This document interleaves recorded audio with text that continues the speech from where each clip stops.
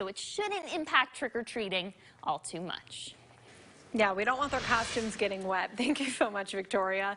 In today's edition of Money Talks, we are once again joined by Don Bruce, Director for the Boyd Center for Business and Economic Research at UT. Hey, thank you so much for being here, Don. Thanks, Lexi. Always a pleasure. Of course. We'll get to some of the Halloween impacts of what we're talking about in just a moment. But first, you get to share some good news with us today. Usually we're talking about not great news. We throw the word recession around, but talk about the latest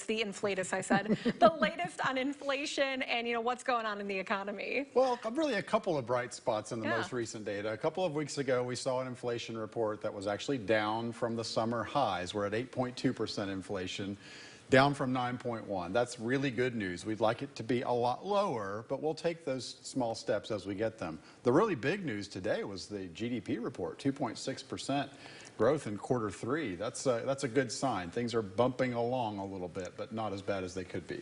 It's kind of like the little bit of rain in our forecast. We're going to take the victories where we can. Now, in addition to that, Don, what does this mean for our economy? What's the bigger picture here? Well, the short-term story, as you noted earlier, we're going to have interest rate increases for the foreseeable future. The Federal Reserve poised to raise by another 75 basis points here very soon, probably another increase before year's end.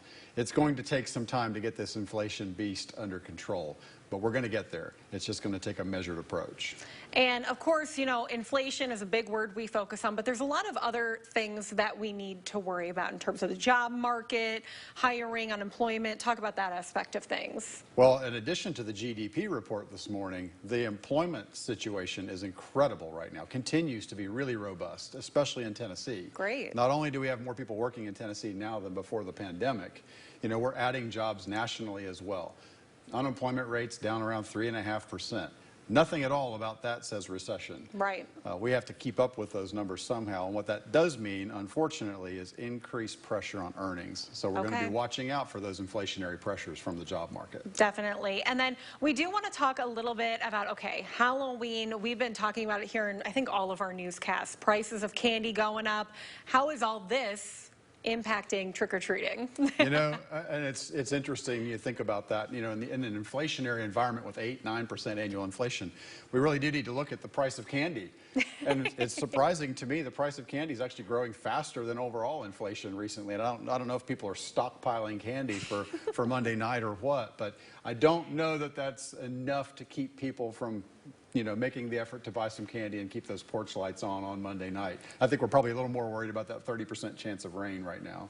Right, especially the UT fans, they are. So any last minute advice for people, maybe they have not been stockpiling the candy, maybe they have and they've been eating it all, hey, going out and getting more, anything that you want to add? Happiness comes in lots of forms. I'm particularly fond of candy myself, so I hope there'll be more treats than tricks on Monday night. But I really do feel like things are starting to turn the way we need them to. The economic situation looks really good. Halloween should be no exception this year. All right. Let's keep those kids happy as well. They put a lot of work into those costumes. Don, thank you so much. Thank you. And we're going to share all this information online at WATE.com. Stick with us. After the break, we're going to have a look at your forecast. You're watching WATE 6 Under Side News at midday.